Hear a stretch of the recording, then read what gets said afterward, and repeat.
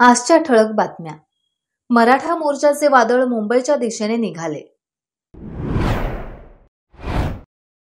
कोकणसाठी Ro-Ro बोट सेवेचा मार्ग झाला आता खुला. संगमेश्वर तालुक्यात गणेशोत्सवात पारंपरिक देखावे. शृंगारतळी बाजारपेठेत वाहतूक कोंडी टळली. वर्तक कुटुंबियांनी साकारलाय पर्यावरणपूरक गणपती बाप्पा. आता पाहूयात बातम्या सविस्तर स्वरूपात. मराठा योद्धा मनोज जरांगे पाटील मुंबई येथे 29 ऑगस्ट रोजी मराठा आरक्षणासाठी आंदोलन करणार असून त्यांनी मुंबई दिशेकडे कूच केली आहे. तत्पूर्वी त्यांचे हजारो कार्यकर्ते मिळेल ते वाहन घेऊन त्यांना पाठिंबा देण्यासाठी मुंबईकडे प्रस्थान करताना आता दिसतायत. दुपारी 3 वाजेपर्यंत पुणे परिसरात मनोज जरांगे यांचे आगमन झाले नव्हते, पण मराठा आरक्षण कार्यकर्ते सकाळपासूनच जुना मुंबई पुणे रस्त्यावरून जाताना दिसत होते. यात बसगाडी, टेम्पो, ट्रक तर अनेक जण मोटारसायकलने जात आहेत. आजही पावसाने जोरदार हजेरी लावलीये. त्याची तमा न बाळगता हे कार्यकर्ते पावसात भिजत जाताना दिसत आहेत. कुठेही आरडाओरड नाही, शांत आणि संयमाने मुंबईकडे जाताना कार्यकर्त्यांची रीग आता लागलीये. खालापूर तालुक्यातील मराठा आरक्षण कार्यकर्ते हे सकाळपासूनच मनोज जरांगे पाटील यांच्या स्वागताची जय्यत तयारीत आता आहेत.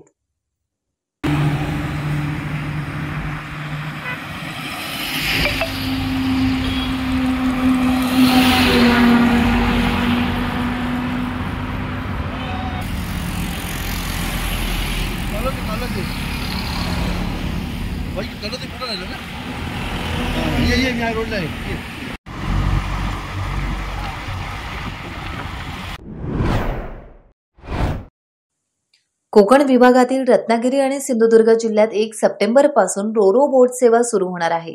मुंबई ते जयगड आणि मुंबई ते विजयदुर्ग अशी रोरो सेवा सुरू होणार आहे. याची माहिती मत्स्य व्यवसाय आणि बंदरे मंत्री नितेश राणे यांनी बोटीची पाहणी केल्यानंतर दिली. भाऊचा धक्का ते जयगड 3 तास तर भाऊचा धक्का ते विजयदुर्ग 5 तास प्रवास करता येणार आहे. येथे जेट्टीची सुविधा असून जेट्टीवरून शहरात जाण्यासाठी बसेसची सुविधाही उपलब्ध करून देण्यात आली आहे. 25 नॉट स्पीडची ही M2M नावाची रोरो बोट असणार आहे, जी दक्षिण आशियातील वेगवान बोट आहे. यामध्ये इकॉनॉमी वर्गात 552 आसनांची व्यवस्था, प्रीमियम इकॉनॉमी मध्ये 44, बिझनेस मध्ये 48 तर फर्स्ट क्लास मध्ये 12 प्रवाशांची क्षमता असणार आहे. तर 50 चारचाकी, 30 दुचाकी क्षमता असलेली ही रोरो आहे. यासाठी कोकणवासियांना इकॉनॉमी क्लाससाठी 2500 रुपये दर आकारला जाणार आहे. तर प्रीमियम इकॉनॉमीसाठी प्रवाशांसाठी 4000 रुपये, बिझनेस क्लाससाठी 7500, फर्स्ट क्लाससाठी 9000 रुपये दर आकारला जाणार आहे.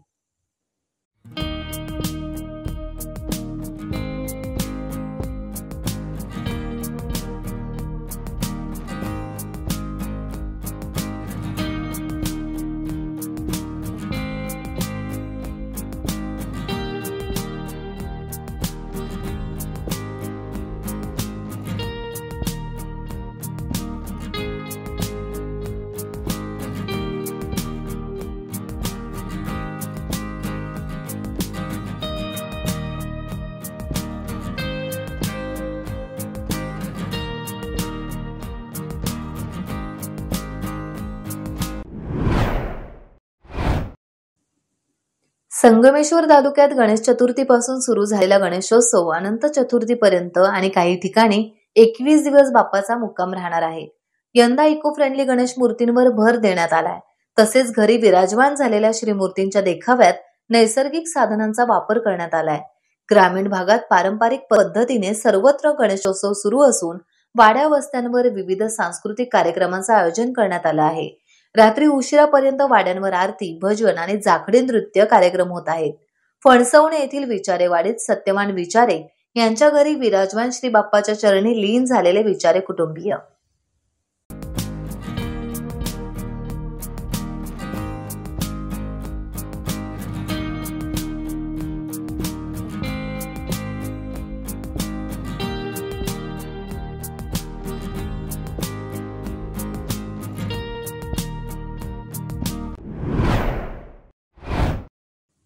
गणेशोत्सव काळात गुहागरमध्ये कोकणवासी मोठ्या प्रमाणात येत असतात.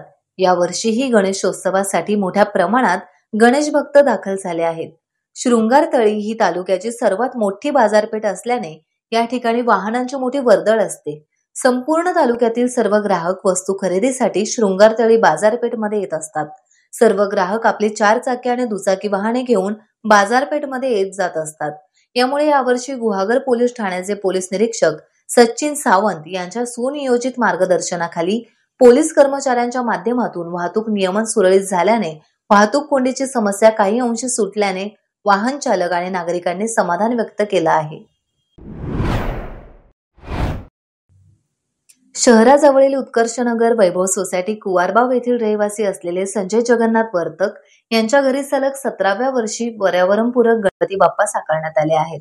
यावर्षी वर्तक कुटुंबियांनी शासकीय शालेय इमारतींची असलेली दुरावस्था देखाव्यातून मांडण्याचा प्रयत्न केला असून या शाळा दुरुस्तीसाठी आवाहन या देखाव्याच्या माध्यमातून करण्यात आलंय. संजय जगन्नाथ वर्तक ही गेल्या 17 वर्षांपासून नारळाची सोडणं, सुंभ, कागद, पुठ्ठे आदी पर्यावरणपूरक वस्तूंचा अतिशय कल्पकतेने वापर करत गणपती साकारत आहेत. त्याचबरोबर देखाव्याच्या माध्यमातून सामाजिक संदेश देण्याचाही वर्तक कुटुंबियांचा नेहमीच प्रयत्न असतो. याही वर्षी वर्तक कुटुंबियांनी शासकीय शालेय इमारतींची जीर्ण झालेली अवस्था आणि त्यांच्या दुरुस्तीची नितांत गरज या विषयावर यावर्षीचा देखावा साकारला आहे. गणेशोत्सवात गणपती बाप्पाच्या चरणी कोटींचे दान करणाऱ्या गणेश भक्तांना शाळेच्या दुरुस्तीसाठी दान करण्याचं आवाहन करण्याचा प्रयत्न त्यांनी या माध्यमातून केला आहे. टाइम्स डिजिटलला लाईक करा, शेअर करा, सबस्क्राईब करा आणि बेल आयकॉन दाबायला विसरू नका. Times digital.